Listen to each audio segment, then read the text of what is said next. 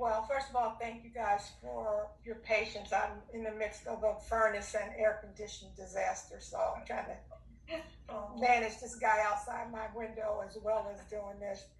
I will tell you, I've had 6 interviews in the last several days.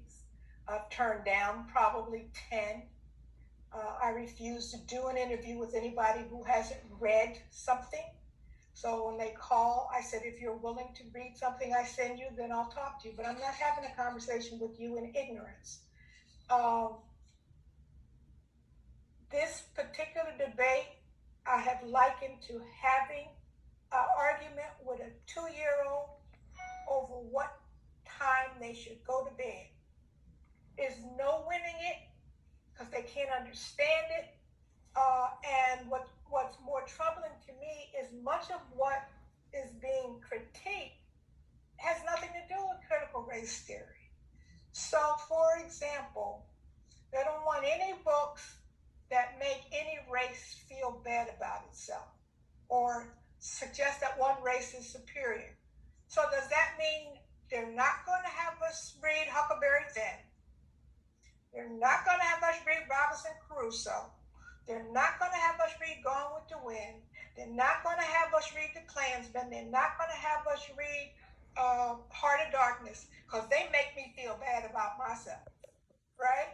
I mean, it's ridiculous. And so when I've had people who have taken the time, and I give them an article that I published in 1998, and the first thing I said is, did you look at the date on that article? So here we are now in 2021, and they talk about something that got written about 30 plus years ago. Number 2, tell me what in the article said one race was better than the other. Nothing. Tell me what in the article was divisive. So, but you can't have that debate if people won't read, if people have already decided what this is about. Now, here's what I do understand. That it isn't about critical race theory. It isn't about anti-racist teaching. It isn't about cultural. It's about the 2022 and the 2024 election. End of story.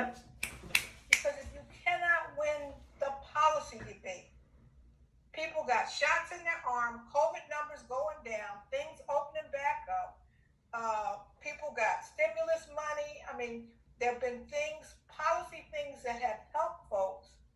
And you can't claim any of that. So what you do is you move to the culture war. And the culture war is never a fair one because it's made up of lies. So I don't know what to say to a publisher about how you combat this. But I bring up books that they've loved all these years and say, so do they have to go too? Because they certainly make Black and Indigenous and Latinx people feel really bad about themselves. So, it's, the funny thing about it, just the Wisconsin legislators just brought theirs up this week. And I have to laugh because critical race theory started in Wisconsin and those idiots don't even know it. And so my question is, are you going to take back all these law degrees? There's only 2 law schools in the state. You either go to Wisconsin or you go to Marquette. So are you going to revoke all the law licenses of the Wisconsin lawyers in the state because they all had some exposure to critical race theory because it got started here? That's the extent to how ridiculous this discourse is. The best thing I can say is that we just got to keep our heads down and keep firing on this one. And not think about it as, quote, winnable, because it's not. It's not. You just have to stand in your own integrity on this one. Stand in your own integrity. Thank you for saying that. One of the things that, Kathy and Teresa and Kate have been telling us is sometimes you can't fight against what people think you're doing, but you have to stand with what you want to do for your students, right? Stand with where it's positive and align within the standards that already ask for critical thinking skills and highlight those as a way to move forward, to say that's what we're focused on, is that whole child and that ability to think for themselves rather than teaching them what to think, because we're not teaching them what to think. This is asking them to think for themselves rather than believe without questioning. I would also say that the other winnable point, and local newspaper just did this whole feature on me. They have a thing called Know Your Madisonian. I didn't even realize I was a Madisonian, even though I've been here 30 years. I rep Philly wherever I go, so I'm like, oh, am I a Madisonian?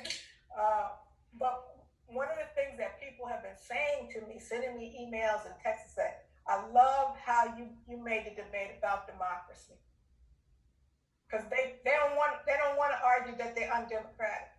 They don't, and so at every turn I said, yeah, well, this is a democratic thing to do. That deliberative discourse is what democracy, only totalitarian regimes burn books. Only totalitarian regimes tell you what you can talk about. And I don't want to live in a totalitarian regime. I want to live in a democracy. So by really trying to grab the high road on democracy, that would be one of the places that I would suggest you want to go.